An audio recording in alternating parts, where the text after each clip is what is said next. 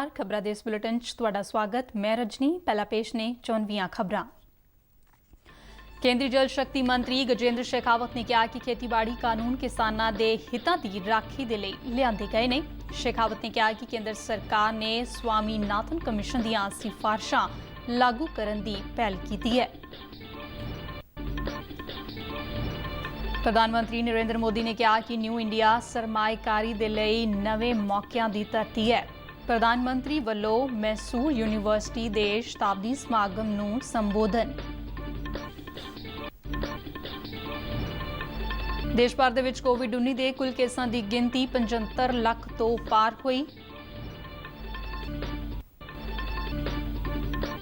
Mumbai metro rail सेवा Covid नियमां ਦੇ मद्देनज़र ਅੱਜ ਤੋਂ ਮੁੜ ਸ਼ੁਰੂ हुई। केंद्रीय मंत्री जितेंद्र सिंह ने कहा कि जम्मू उत्तरी भारत के सिक्ख्या धुरे वजों उभर रहा है। हुण खबरां विस्तार नाल। केंद्रीय जल शक्ति मंत्री गजेंद्र सिंह शेखावत ने कहा कि खेतीबाड़ी कानून किसानां दे हितां दी राखी दे लई लिआंदे गए ने। अबोहर अते फाजिलका दे किसानां अते पत्रकारां नूं वर्चुअल माध्यम राहीं संबोधन करदिआं शेखावत ने कहा कि सरमाएकार कंपनियां किसानां दे नाल धोखाधड़ी ना कर सकन, इसलिए केंद्र सरकार वल्लों एक कानून लिआंदे गए ने। स्ट्रक्चर के लिए किसान की अगर मर्जी है तो वो उसको उसकी कीमत अदा कर सकता है। इसके अतिरिक्त किसान पर किसी भी तरह का दबाव नहीं। उसकी जमीन को संपूर्ण रूप से सुरक्षा मिले और किसान के साथ किसी तरह की धोखाधड़ी न हो, इसको इंश्योर करने का काम जो है इस कानून के माध्यम से किया गया।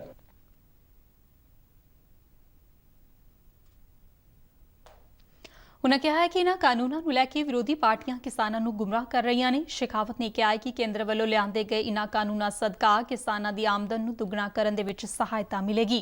उन्होंने कहा कि प्रधानमंत्री नरेंद्र मोदी दी अगवाई हेठ केंद्र सरकार देश दे किसानां दी भलाई दे लई निरंतर यतनशील है।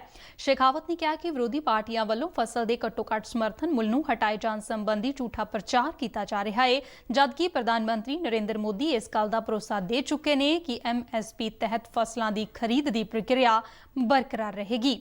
देश के किसानों की अंतक मेहनत सदका ही भारत की अनाज की कमी पूरी हुई है। अबोहर ते फाजिलका के किसानों और पत्रकारों को वर्चुअल माध्यम राही संबोधन करदिआं शेखावत ने कहा कि प्रधानमंत्री नरेंद्र मोदी की अगवाई वाली केंद्र सरकार ने किसानों की भलाई के लिए कई पहलकदमियां कीतियां ने। MSP बढ़ाने के साथ साथ में प्रोक्योरमेंट को भी उसी तेजी के साथ में बढ़ाया है और प्रोक्योरमेंट को बढ़ाने और MSP बढ़ाने आज केवल MSP बढ़ने से जो है किसान को लगभग 42% का लाभ हुआ है। 1,59,000 करोड़ रुपए देश के किसान के घर में जो है MSP बढ़ने के कारण से एक्स्ट्रा गया, लेकिन प्रोक्योरमेंट बढ़ाने के कारण से 43% ग्रोथ हुई और उसके कारण से 1,62,000 करोड़ रुपया जितना MSP से फायदा हुआ उससे ज्यादा फायदा जो है वो प्रोक्योरमेंट बढ़ाने के कारण से हुआ। स्वामीनाथन कमीशन ਦੀਆਂ ਸਿਫਾਰਸ਼ਾਂ ਦਾ ਜ਼ਿਕਰ ਕਰਦਿਆਂ ਉਨ੍ਹਾਂ ਕਿਹਾ ਕਿ ਮੋਦੀ ਸਰਕਾਰ ਨੇ ਸਿਫਾਰਸ਼ਾਂ ਦੇ ਵੱਖ-ਵੱਖ ਨੁਕਤਿਆਂ ਨੂੰ ਅਮਲੀ ਰੂਪ ਦੇਣ ਦਾ ਕੰਮ ਸ਼ੁਰੂ ਕੀਤਾ ਹੈ। ਉਨ੍ਹਾਂ ਕਿਹਾ ਕਿ ਸਰਕਾਰ ਨੇ ਭੂਮੀ ਸੁਧਾਰ ਤੇ ਭੂਮੀ ਸਿਹਤ ਕਾਰਡ ਦੀਆਂ ਪਹਿਲਕਦਮੀਆਂ स्वामीनाथन ਕਮਿਸ਼ਨ ਦੀਆਂ ਸਿਫਾਰਸ਼ਾਂ ਦੇ ਆਧਾਰ ਤੇ ਕੀਤੀਆਂ ਗਈਆਂ ਨੇ। शेखावत ने कहा कि ਸਿੰਚਾਈ ਹੇਠ ਰਕਬਾ ਵਧਾਉਣ ਦੇ ਲਈ ਪਿਛਲੇ 30-40 ਸਾਲਾਂ ਤੋਂ ਬੰਦ ਪਏ ਡੈਮਾਂ ਨੂੰ ਮੁੜ ਤੋਂ ਸ਼ੁਰੂ ਕੀਤਾ ਜਾ ਰਿਹਾ ਹੈ। ਉਨ੍ਹਾਂ ਕਿਹਾ ਕਿ ਅਜਿਹਾ ਕਰਨ ਨਾਲ ਦੇਸ਼ ਦਾ 30 ਲੱਖ ਹੈਕਟੇਅਰ ਤੋਂ ਵੱਧ ਰਕਬਾ ਸਿੰਚਾਈ ਦੇ ਦਾਇਰੇ ਹੇਠ ਆਏਗਾ। ਉਨ੍ਹਾਂ ਕਿਹਾ ਕਿ ਸਰਕਾਰ ਸਮਾਰਟ ਸਿੰਚਾਈ ਦੇ ਖੇਤਰ ਵਿੱਚ ਵੀ ਕੰਮ ਕਰ ਰਹੀ ਹੈ। ਉਨ੍ਹਾਂ ਕਿਹਾ ਕਿ ਪਿਛਲੀ UPA ਦੀ ਸਰਕਾਰ ਵੱਲੋਂ ਸਮੇਂ ਸਿਰ ਨੀਤੀਆਂ ਦੇ ਵਿੱਚ ਤਬਦੀਲੀਆਂ ਨਾ ਕਰਕੇ ਕਿਸਾਨਾਂ ਨੂੰ ਨੁਕਸਾਨ ਪਹੁੰਚਾਇਆ ਹੈ।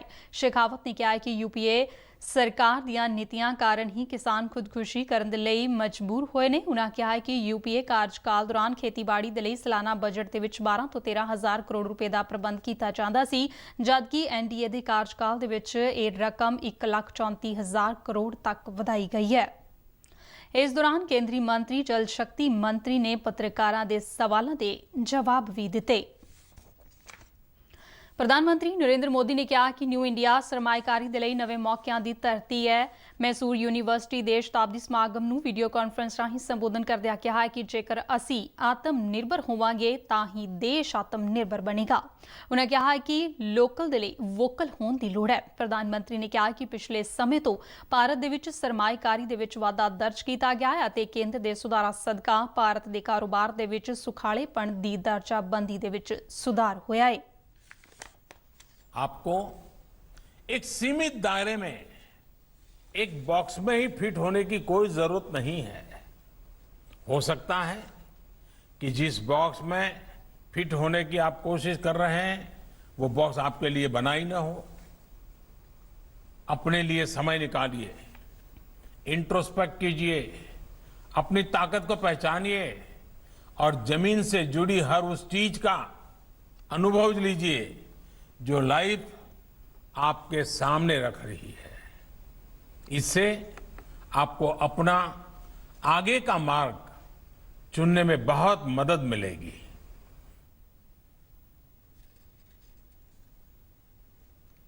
ਪ੍ਰਧਾਨ ਮੰਤਰੀ ਨਰਿੰਦਰ ਮੋਦੀ ਅੱਜ ਗ੍ਰੈਂਡ ਚੈਲੰਜ ਇੰਡੀਆ ਦੀ ਸਾਲਾਨਾ ਮੀਟਿੰਗ ਦੇ ਉਦਘਾਟਨੀ ਸਮਾਗਮ ਦੌਰਾਨ ਵੀਡੀਓ ਕਾਨਫਰੰਸ ਰਾਹੀਂ ਪੂੰਜੀਵਤ ਭਾਸ਼ਣ ਦੇਣਗੇ। ਆਲਮੀ ਪੱਧਰ ਦੀ ਇਸ ਮੀਟਿੰਗ ਦੇ ਵਿੱਚ ਸਿਹਤ ਤੇ ਵਿਕਾਸ ਦੇ ਨਾਲ ਜੁੜੇ ਮੁੱਦਿਆਂ ਤੇ ਧਿਆਨ ਕੇਂਦਰਿਤ ਕੀਤਾ ਜਾਵੇਗਾ। ਇਸ ਦਿਨਾਂ ਸਮਾਗਮ ਦੌਰਾਨ ਵਿਸ਼ਵ ਦੇ 40 ਮੁਲਕਾਂ ਤੋਂ ਤਕਰੀਬਨ 1600 ਵਿਅਕਤੀ ਭਾਗ ਲੈ ਰਹੇ ਨੇ। ਇਸ ਦੌਰਾਨ ਨੀਤੀ ਕਾੜਿਆਂ, ਵਿਗਿਆਨਿਕ ਨੁਮਾਇੰਦਿਆਂ ਅਤੇ ਹਿੱਤਧਾਰਕਾਂ ਵੱਲੋਂ ਕੋਵਿਡ-19 ਤੋਂ ਇਲਾਵਾ ਹੋਰਨਾਂ ਸਿਹਤ ਸਮੱਸਿਆਵਾਂ ਆਦਿ ਤੇ ਚਰਚਾ ਕੀਤੀ ਜਾਵੇਗੀ। ਇਸ ਮੀਟਿੰਗ ਦੌਰਾਨ ਦੁਨੀਆ ਦੇ ਲਈ ਭਾਰਤ ਦੇ ਯੋਗਦਾਨ ਦੇ ਵਿਸ਼ੇ ਉੱਪਰ ਵਿਸ਼ੇਸ਼ ਧਿਆਨ ਕੇਂਦਰਿਤ ਕੀਤਾ ਜਾਵੇਗਾ। ਗ੍ਰੈਂਡ ਚੈਲੰਜ ਦੀ ਸਾਲਾਨਾ ਮੀਟਿੰਗ ਨੂੰ ਵਿਗਿਆਨ ਅਤੇ ਟੈਕਨੋਲੋਜੀ ਮੰਤਰਾਲੇ ਦੇ ਬਾਇਓਟੈਕਨੋਲੋਜੀ ਵਿਭਾਗ ਅਤੇ ਬਿਲ ਅਤੇ ਮਲਿੰਦਾ ਗੇਟਸ ਫਾਊਂਡੇਸ਼ਨ ਵੱਲੋਂ ਸਾਂਝੇ ਤੌਰ ਤੇ ਕਰਵਾਇਆ ਜਾ ਰਿਹਾ ਹੈ। ਇਸ ਤੋਂ ਇਲਾਵਾ ਨੀਤੀ ਆਯੋਗ, ਭਾਰਤੀ ਮੈਡੀਕਲ ਖੋਜ ਪਰਿਸ਼ਦ, ਗ੍ਰੈਂਡ ਚੈਲੰਜਰ ਕੈਨੇਡਾ, ਕੌਮਾਂਤਰੀ ਵਿਕਾਸ ਬਾਰੇ ਅਮਰੀਕਾ ਦੀ ਏਜੰਸੀ ਅਤੇ ਵੈਲਕਮ ਵੀ ਇਸ ਪ੍ਰੋਗਰਾਮ ਦੇ ਭਾਈਵਾਲ ਨੇ। ਸਿਹਤ ਅਤੇ ਪਰਿਵਾਰ ਭਲਾਈ ਮੰਤਰੀ ਡਾਕਟਰ ਹਰਸ਼ਵਰਧਨ ਸਮਾਗਮ ਦਾ ਸ਼ੁਰੂਆਤੀ ਭਾਸ਼ਣ ਦੇਣਗੇ ਅਤੇ ਬਿਲ ਅਤੇ ਮਲਿੰਦਾ ਗੇਟਸ ਫਾਊਂਡੇਸ਼ਨ ਵੱਲੋਂ ਬਿਲ ਗੇਟਸ ਚਰਚਾ ਦੀ ਸ਼ੁਰੂਆਤ ਕਰਨਗੇ। ਇਸ ਮੀਟਿੰਗ ਦੌਰਾਨ ਕੌਮੀ ਨੁਮਾਇੰਦਿਆਂ ਵਿਚਾਲੇ ਗੱਲਬਾਤ, ਪੈਨਲ ਚਰਚਾ ਅਤੇ ਹੋਰਨਾਂ ਕਈ ਮੁੱਦਿਆਂ ਤੇ ਵਰਚੁਅਲ ਗੱਲਬਾਤ ਕਰਵਾਈ ਜਾਵੇਗੀ। ਦੇਸ਼ ਭਰ ਦੇ ਵਿੱਚ ਕੋਵਿਡ-19 ਦੇ ਕੁੱਲ ਕੇਸਾਂ ਦੀ ਗਿਣਤੀ 75 ਲੱਖ ਤੋਂ ਪਾਰ ਹੋ ਗਈ ਹੈ, ਜਦਕਿ ਰੋਜ਼ਾਨਾ ਨਵੇਂ ਕੇਸਾਂ ਦੀ ਗਿਣਤੀ 60,000 ਤੋਂ ਹੇਠਾਂ ਆ ਗਈ ਹੈ।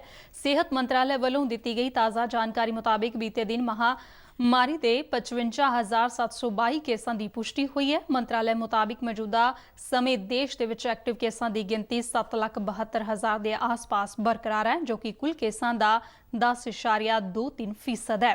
ਕੋਵਿਡ-19 ਤੋਂ ਸਿਹਤਯਾਬ ਹੋਣ ਦੀ ਦਰ ਦੇ ਵਿੱਚ ਲਗਾਤਾਰ ਸੁਧਾਰ ਹੋ ਰਿਹਾ ਹੈ। ਮੌਜੂਦਾ ਸਮੇਂ ਸਿਹਤਯਾਬ ਹੋਣ ਦੀ ਦਰ 88.26% ਤੱਕ ਪਹੁੰਚ ਗਈ ਹੈ। ਮਹਾਮਾਰੀ ਦੇ ਨਾਲ ਮੌਤ ਦੀ ਦਰ ਨਿਰੰਤਰ ਕਮੀ ਦੇ ਨਾਲ 1.5% ਦੇ ਨੇੜੇ ਪਹੁੰਚ ਗਈ ਹੈ। ਬੀਤੇ ਦਿਨ ਮਹਾਮਾਰੀ ਦੇ ਨਾਲ 579 ਮਰੀਜ਼ਾਂ ਦੀ ਮੌਤ ਹੋਈ ਅਤੇ ਹੁਣ ਤੱਕ ਮੌਤਾਂ ਦੀ ਕੁੱਲ ਗਿਣਤੀ 1,14,610 ਹੋ ਗਈ ਹੈ।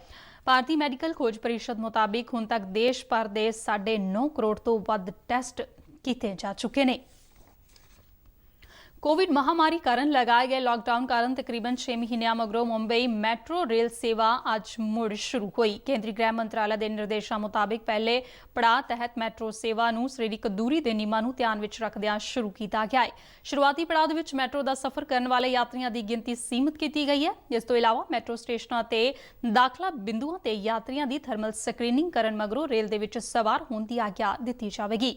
ਮੈਟਰੋ ਦੇ ਸਮੁੱਚੇ ਸਟਾਫ ਨੂੰ ਮਹਾਮਾਰੀ ਨੂੰ ਧਿਆਨ ਵਿੱਚ ਰੱਖਦਿਆਂ ਸੁਰੱਖਿਆ ਸਾਧਨ ਮੁਹੱਈਆ ਕਰਵਾਏ ਗਏ ਨੇ ਅਤੇ ਨਾਲ ਹੀ ਸਟੇਸ਼ਨਾਂ ਤੇ ਹੈਲਪ ਡੈਸਕ ਸਥਾਪਿਤ ਕੀਤੇ ਗਏ। ਨਿਰਦੇਸ਼ਾਂ ਮੁਤਾਬਿਕ ਯਾਤਰਾ ਸਮੇਂ ਮਾਸਕ ਪਹਿਨਣਾ ਲਾਜ਼ਮੀ ਕੀਤਾ ਗਿਆ ਹੈ। ਇਸ ਤੋਂ ਇਲਾਵਾ ਸੰਪਰਕ ਰਹਿਤ ਟਿਕਟ ਪ੍ਰਣਾਲੀ ਤੇ QR ਕੋਡ ਆਧਾਰਿਤ ਟਿਕਟਾਂ ਦੀ ਵਰਤੋਂ ਨੂੰ ਯਕੀਨੀ ਬਣਾਇਆ ਗਿਆ ਹੈ। ਕੇਂਦਰੀ ਮੰਤਰੀ ਜਤਿੰਦਰ ਸਿੰਘ ਨੇ ਕਿਹਾ ਕਿ ਜੰਮੂ ਉੱਤਰੀ ਭਾਰਤ ਦੇ ਸਿੱਖਿਆ ਧੁਰੇ ਵਜੋਂ ਤੇਜ਼ੀ ਦੇ ਨਾਲ ਉੱਭਰ ਰਿਹਾ ਹੈ। ਜੰਮੂ ਦੇ ਵਿੱਚ ਕੇਂਦਰੀ ਯੂਨੀਵਰਸਿਟੀ ਦੇ ਇੱਕ ਨਵੇਂ ਕੰਪਲੈਕਸ ਦੇ ਉਦਘਾਟਨ ਮੌਕੇ ਸੰਬੋਧਨ ਕਰਦਿਆਂ ਜਤਿੰਦਰ ਸਿੰਘ ਨੇ ਕਿਹਾ ਕਿ ਪਿਛਲੇ ਵਰ੍ਹੇ ਕੇਂਦਰ ਸਰਕਾਰ ਵੱਲੋਂ ਜੰਮੂ ਕਸ਼ਮੀਰ ਨੂੰ ਲੈ ਕੇ ਕੀਤੀਆਂ ਗਈਆਂ ਸੰਵਿਧਾਨਕ ਤਬਦੀਲੀਆਂ ਸਦਕਾ ਅਜਿਹਾ ਸੰਭਵ ਹੋਇਆ ਹੈ। ਉਨ੍ਹਾਂ ਕਿਹਾ ਕਿ ਮੌਜੂਦਾ ਸਮੇਂ ਜੰਮੂ ਦੇ ਸਿੱਖਿਆ ਸੰਸਥਾਨ ਦੇਸ਼ ਭਰ ਤੋਂ ਫੈਕਲਟੀ ਤੇ ਵਿਦਿਆਰਥੀਆਂ ਨੂੰ ਆਕਰਸ਼ਿਤ ਕਰ ਰਹੇ ਨੇ। ਜਤਿੰਦਰ ਸਿੰਘ ਨੇ ਦੱਸਿਆ ਕਿ ਉੱਤਰੀ ਭਾਰਤ ਦਾ ਪਹਿਲਾ ਪੁਲਾੜ ਅਤੇ ਖੋਜ study centre central university Jammu ਦੇ ਵਿੱਚ ਸਥਾਪਿਤ ਕੀਤਾ ਜਾ ਰਿਹਾ ਹੈ। ਉਨ੍ਹਾਂ ਕਿਹਾ ਕਿ ਜੰਮੂ ਕਸ਼ਮੀਰ ਦੇ ਵਿੱਚ ਸਿੱਖਿਆ ਦਾ ਪੱਧਰ ਬਿਹਤਰ ਕਰਨ ਦੇ ਲਈ ਕੇਂਦਰ ਸਰਕਾਰ ਯਤਨਸ਼ੀਲ ਹੈ। ਬਿਹਾਰ ਦੇ ਵਿੱਚ ਦੂਜੇ ਗੇੜ ਦੀਆਂ ਵਿਧਾਨ ਸਭਾ ਚੋਣਾਂ ਦੇ ਉਮੀਦਵਾਰੀ ਪਰਚਿਆਂ ਦੀ ਜਾਂਚ ਦੇ ਕੱਲ ਆਖਰੀ ਦਿਨ 203 ਨਾਮਜ਼ਦਗੀ ਪਰਚੇ ਰੱਦ ਕੀਤੇ ਗਏ। ਦੂਜੇ ਗੇੜ ਦੇ ਲਈ ਕੁੱਲ 1717 ਉਮੀਦਵਾਰਾਂ ਨੇ ਨਾਮਜ਼ਦਗੀ ਪਰਚੇ ਭਰੇ, ਜਿਨ੍ਹਾਂ ਦੇ ਵਿੱਚੋਂ 1514 ਨੂੰ ਸਹੀ ਕਰਾਰਿਆ। ਹਾਜ਼ੀਪੁਰ ਵਿਧਾਨ ਸਭਾ ਹਲਕੇ ਤੋਂ ਸਭ ਤੋਂ ਜ਼ਿਆਦਾ 12 ਨਾਮਜ਼ਦਗੀ ਪਰਚੇ ਰੱਦ ਕੀਤੇ ਗਏ। ਇਸ ਤੋਂ ਇਲਾਵਾ ਰਘੁਨਾਥਨਪੁਰ ਹਲਕੇ ਤੋਂ 11 ਉਮੀਦਵਾਰਾਂ ਦੇ ਪਰਚੇ ਰੱਦ ਹੋਏ। ਦੂਜੇ ਗੇੜ ਦੀਆਂ ਚੋਣਾਂ ਦੇ ਲਈ ਉਮੀਦਵਾਰਾਂ ਵੱਲੋਂ ਦਾਖਲ ਪਰਚੇ ਵਾਪਸ ਦਾ ਅੱਜ ਆਖਰੀ ਦਿਨ ਹੈ। ਇਸ ਗੇੜ ਤਹਿਤ 94 ਸੀਟਾਂ ਤੇ 3 ਨਵੰਬਰ ਨੂੰ ਵੋਟਾਂ ਪੁਆਈਆਂ ਜਾਣਗੀਆਂ। ਇਸੇ ਦੌਰਾਨ ਬਿਹਾਰ ਦੇ ਵਿੱਚ ਚੋਣ ਪ੍ਰਚਾਰ ਸਿਖਰਾਂ ਤੇ ਚੱਲ ਰਿਹਾ ਹੈ। ਭਾਰਤੀ ਜਨਤਾ ਪਾਰਟੀ, ਕਾਂਗਰਸ, JDU ਅਤੇ RJD ਸਮੇਤ ਕੌਮੀ ਤੇ ਸੂਬਾਈ ਸਿਆਸੀ ਪਾਰਟੀਆਂ ਦੇ ਸਟਾਰ ਪ੍ਰਚਾਰਕਾਂ ਵੱਲੋਂ ਆਪੋ ਆਪਣੇ ਉਮੀਦਵਾਰਾਂ ਦੇ ਹੱਕ ਵਿੱਚ ਚੋਣ ਪ੍ਰਚਾਰ ਕੀਤਾ ਜਾ ਰਿਹਾ ਹੈ। ਬੀਤੇ ਦਿਨ BJP ਦੇ ਸੀਨੀਅਰ ਨੇਤਾ ਅਤੇ ਕੇਂਦਰੀ ਮੰਤਰੀ ਰਵੀ ਸ਼ੰਕਰ ਪ੍ਰਸਾਦ ਨੇ ਕੈਮੂਰ ਅਤੇ ਚਿਨਾਰੀ ਦੇ ਵਿੱਚ ਚੋਣ ਰੈਲੀਆਂ ਨੂੰ ਸੰਬੋਧਨ ਕੀਤਾ। RJD ਵੱਲੋਂ ਸ਼ੇਖੂਪੁਰਾ, ਜਮੂਈ, ਸੂਰਿਆਗੜ੍ਹ ਅਤੇ ਮੋਗਾਮਾ ਦੇ ਵਿੱਚ ਚੋਣ ਰੈਲੀਆਂ ਕਰਵਾਈਆਂ ਗਈਆਂ। ਕਾਂਗਰਸ ਵੱਲੋਂ ਕੱਲ ਪਟਨਾ ਦੇ ਵਿੱਚ ਚੋਣ ਰੈਲੀ ਕਰਵਾਈ ਗਈ। ਇਸ ਦੇ ਨਾਲ ਹੀ ਖਬਰਾਂ ਦਾ ਇਹ ਬੁਲੇਟਿਨ ਖਤਮ ਹੁੰਦਾ ਹੈ। ਨਮਸਕਾਰ।